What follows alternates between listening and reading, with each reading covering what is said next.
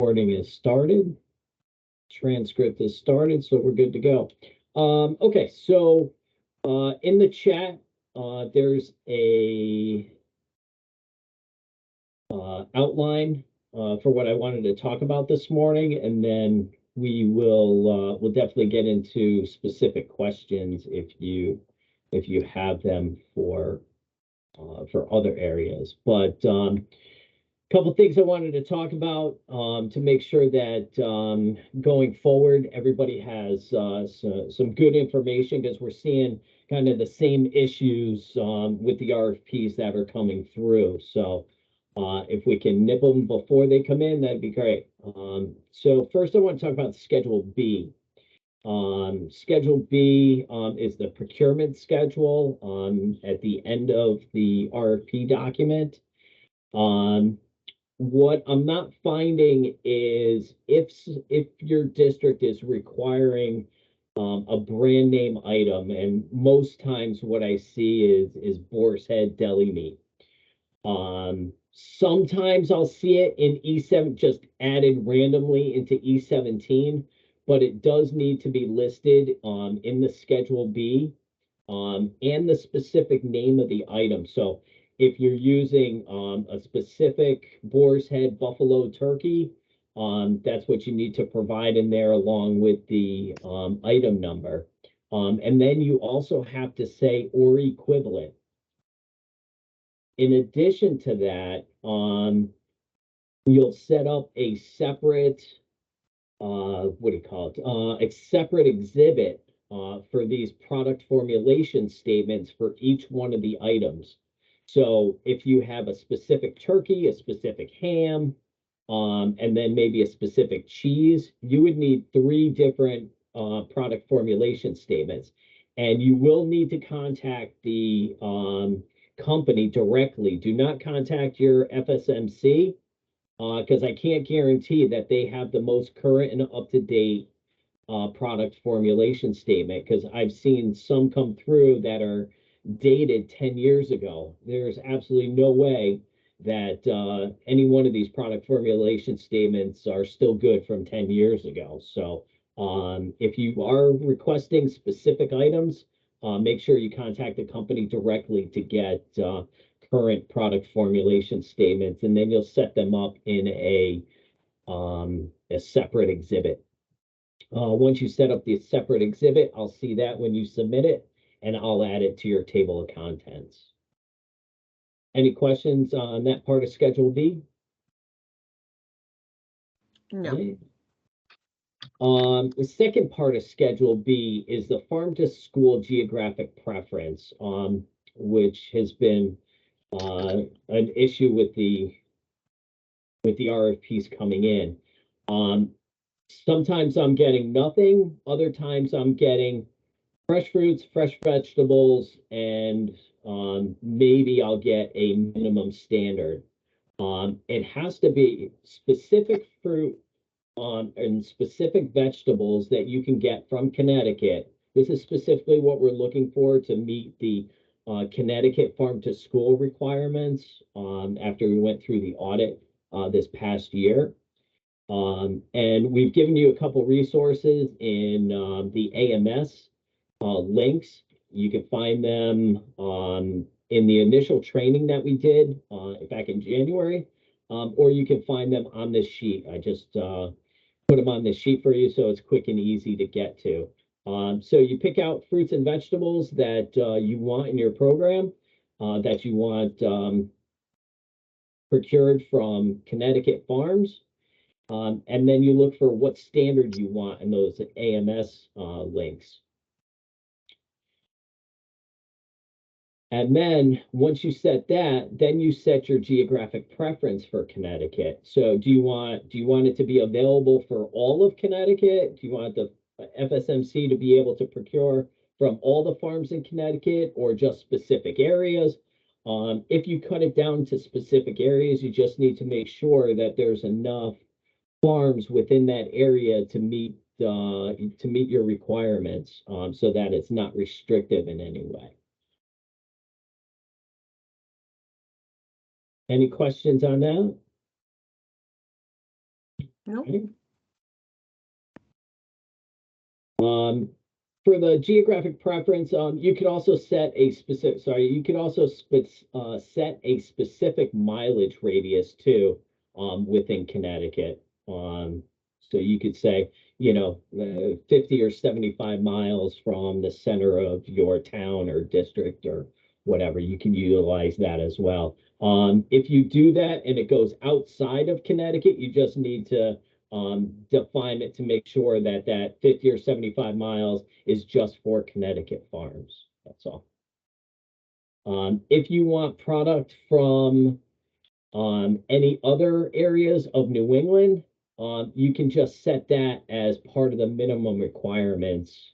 You can set that in as part of the minimum requirements, add that to that Schedule B Connecticut or farm to school geographic preference specifications. All right. Another thing I wanted to talk about was the Exhibit B, the claim reimbursements. So unfortunately, this isn't clean. It's not really clean for anybody because of what's happened over the past 3 years, and who knows really what's going to happen moving forward. We're just trying to do our best to give the food service management companies the best data that we can based on what we think is going to happen for next year. Kind of a general rule of thumb I've been going by is if you're a CEP district, then you're pretty much good to use current data. If you're not CEP, then I would lean back towards the March of 19 to February of 20. That's the last basically 12 months of regular school data. It's not going all the way back to 1819, which is a specific school year. So you would have to look over 2 different school years, but it's just a matter of pulling off those claims. The other thing I want to talk about with regards to Exhibit B is I'm getting a lot of RFPs come through that are trying to use claim summary data. While we're approving some of them if they're backed up with additional data, but a lot of times the additional data doesn't include one of the things that it doesn't include is the number of operating days or serving days within each of those specific months, which may be of interest to the food service management companies.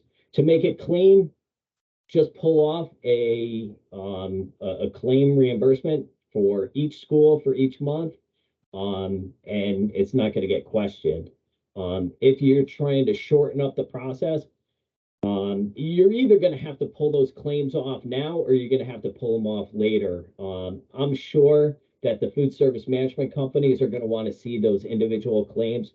I've already had one of the districts that has been approved already received a request for individual claims. So you kind of do it on the front end or you do it on the back end. Let's see. All right. If you're interested in presentations by the FSMCs, I don't know how valuable it is for anybody. None of the districts that have done it in the past has provided any details on it. I haven't seen one. But here's an outline of what needs to happen if you include it in your RFP. The points need to be included in the scoring criteria in A6. So out of your 100 points, you're going to take a certain amount of points, and that's going to be allocated to a presentation. It needs to be added to SFA defined criteria. Once that's done, then you need to define what am I specifically going to ask the FSMCs to present, and what am I going and how am I going to score on that? And if you've downloaded the outline, I've given you some suggestions and points to look for, some things to pick out. You definitely want specific measurable criteria. I would say probably three to five would probably be the most that you'd want to review and score on. You're definitely going to want to look through your entire RFP with specific um, attention to section C and D. Those are areas that the FSMC already has to supply you with information. So if you want them to provide a presentation on some of that, you can pick out things from there. Or D, which is program specific stuff. Or if you have any other, if you have your own SFA specific stuff that you want to look at. I know one district has a food truck. So it would make sense that they potentially have them present on how the FSMC is going to use that food truck. That would probably be a good one. Some other things I just put in was knowledge of federal regulations and Connecticut regulations, increasing participation, meeting student tastes with federal regulations, staff management and training. So those are just a handful of items to consider if you're doing a presentation. Any questions on presentations? No? All right, so we'll move on to Schedule E. So like we talked about during the initial training, with the Schedule E, we added that yellow highlighted column of anticipated or basically anticipated reimbursement rates with that 8% increase. They may increase that much, they may not. We kind of use that as a guide based on what's happened over time. That hopefully will get you, get the FSMCs to a better financial picture for you.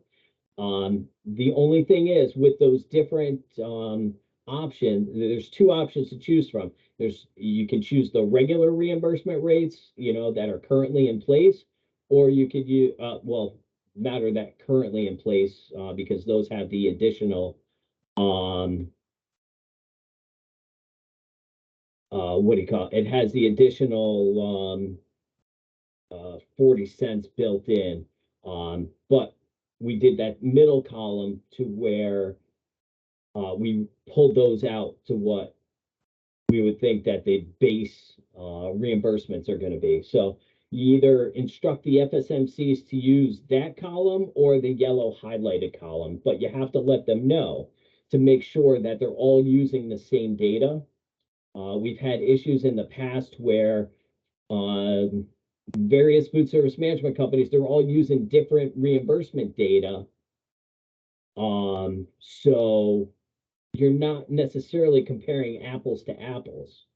So we want to make sure that it's easy enough for you guys to look at those financial statements and compare them as easily as possible. Andy, just to jump in, Maria said she's having trouble opening the document. Is there a chance we could screen share it maybe? I could. Yeah, I guess it says says her email's not valid. I couldn't open it. Yeah, it's locked up. Yeah, it's needs permissions. Oh, okay. Yes.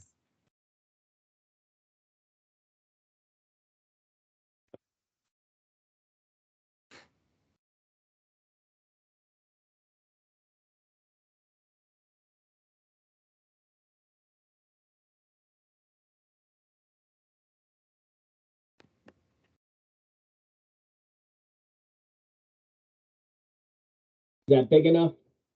Can everybody see it? You can make it a little bit bigger, that'd be ideal. Yep. Hard for me to tell. I would say a bit more. Even more. What do you think, folks? You want to try the 200%? Yeah, please. That's good. All right.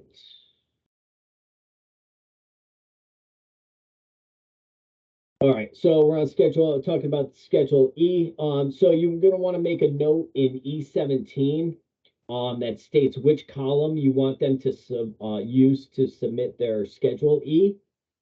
And you also want to make a comment that if they do not use that specific column, then their Schedule E may be determined as non-responsive.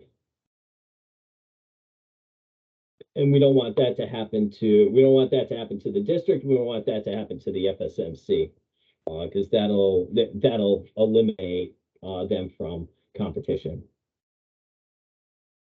All right. Last year we had a number of districts that had posting errors.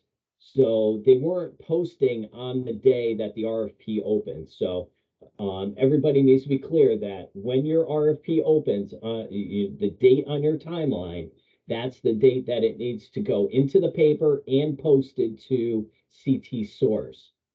Last year, we didn't check on that until all the documents were submitted during the contract portion. So to help alleviate that, what we want you guys to do is submit to us within a few days after posting the affidavit from the newspaper posting that clearly shows the date and the ad that was posted and the date that was posted to make sure that we can match it up. And also the confirmation from CT Source posting that the RFP was posted on the start date. That'll check off 2 of those boxes that you won't have to do on the contract end of it.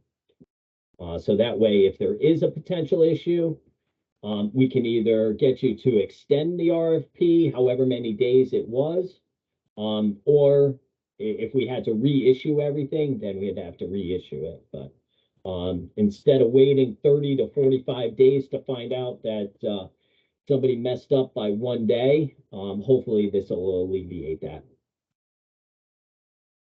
So those were the list of things that I wanted to talk about. If you have any questions or want to talk about any of these, we're more than welcome to. If you have any other specific questions, we're here to answer those as well. Can you email us that document? Sure. Okay, thanks. I'll forward it on to Chris. Or CC's Chris also, Scopetta.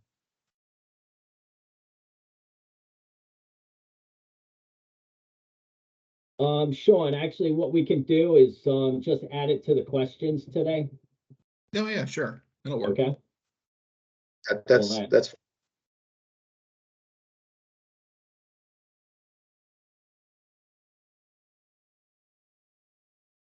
Right.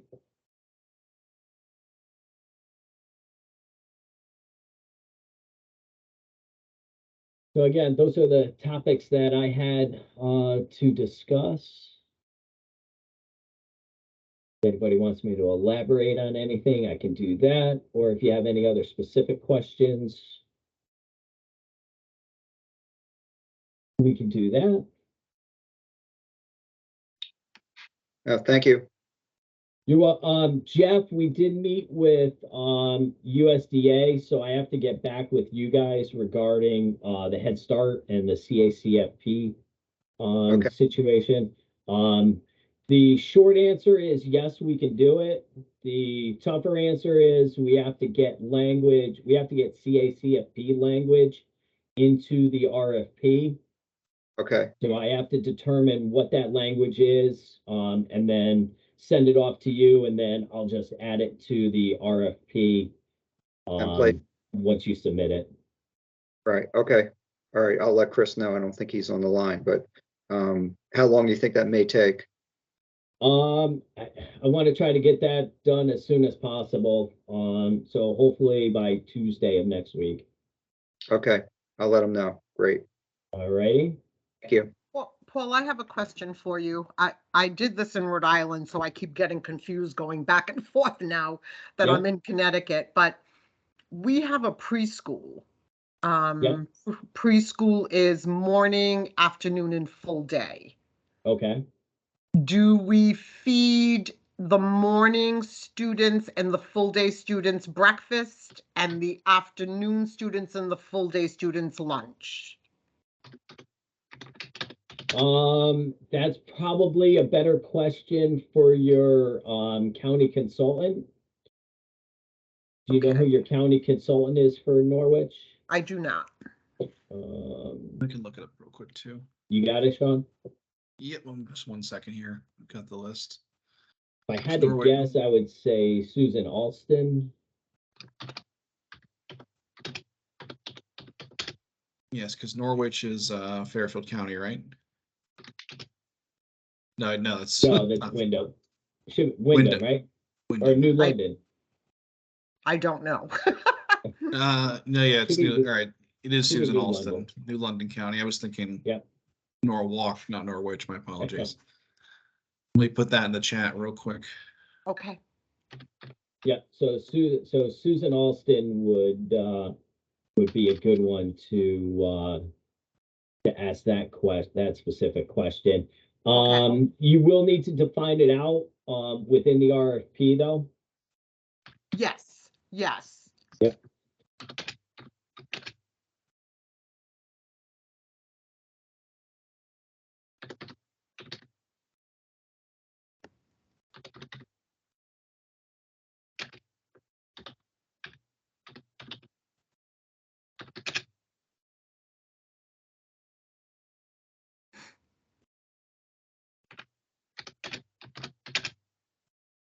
Maria, were you with one of the few districts that went out to bid on your own versus jumping on the state contract? Yes, yeah, and was not an easy feat. No, Was USDA not. USDA purposefully makes this a difficult process. Mhm. Um, Yeah, I would rather worked not closely see. with Steve. Can't remember his last name now. Yep. Steve that was there in Rhode Island, and Yep. but yeah, it was quite the feat, especially the first year we did it. As I kept going along, it got a little bit easier, but Yeah. the first year that I did it, we ended up in a deposition. It was pretty rough. Yeah. I think we were the only district that actually didn't go with the state at that point, and that's why. Oh wow. Yeah.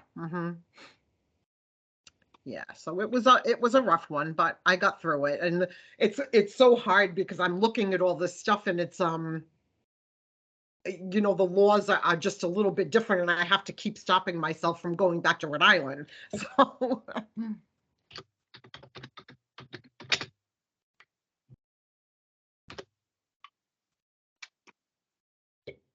but I think Bob will be a big help. I'm sure he's done it before.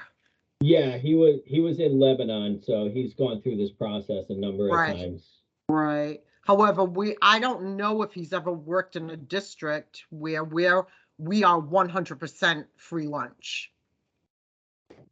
No, that other district was not. Yeah. So I don't know if that makes a difference with this.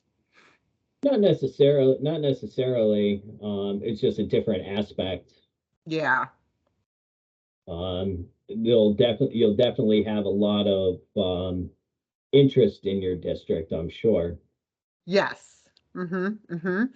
Yeah, I mean, and the things are that I discussed with Bob was, I definitely want adult lunches and we definitely want catering, but I do not think a la carte for the students is a good idea because it's a very poor district, and I think we'll end up with charging. Well, you can set your charging policy for a la carte to only be a cash only. You have to have funds to Okay, purchase a la carte. You can set that up district wide. okay, all right, that's good to know. The students can get their free meals via CEP or however. Yeah, But a la carte, they have to pay for it. They they wouldn't be can't able charge. to charge So it. we are allowed to do that? I believe so. That would probably be another good question for Susan Alston, but Okay. yeah, I don't believe there's an issue with that. Okay, perfect. That Some- would be different in Rhode Island. some districts only allow à la carte if they've already purchased a meal. So Right. it's a policy, so. Mm-hmm. Which makes sense because you would want them to have their meal first. Right, you don't want them just getting à la carte items and not taking Right. the main purpose is to take the meal first. Mm-hmm. Right. Okay. So I'm assuming because we are 100% free, we don't have to come up with a charge policy or something like that, right? I think you still have to have a charge policy. Really? Okay. Okay. Yep. Okay.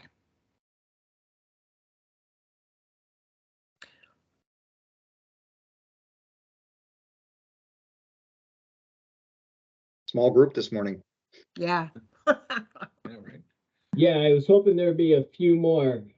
There are definitely some districts that I was hoping would be on, but no such luck. So Sean, you're gonna update that document. It'll be like version. So I haven't looked at it lately. I was out of town, but so if I get the latest document, it has everything from all the questions, right? It's like from beginning to end. So I only You need the got most. it. Okay, got it. Just need the Yeah. most recent. Yeah, Alright, exactly. That would save you the time because when I send it later this afternoon, it'll have it broken down by week within the document. Okay, all right. I'll pass that on to Chris. Great, Great. thank you. Thank you, gentlemen. You're welcome. Oh, yeah, you're welcome. If you're Okay. jumping off, have a great weekend. You All too. right, thank you. Hope Yep. it doesn't snow too much for you, Paul. Well, it's Andy. Have a good day. You Thank you. too. Bye-bye. Thank you. Bye-bye. Bye-bye, thanks.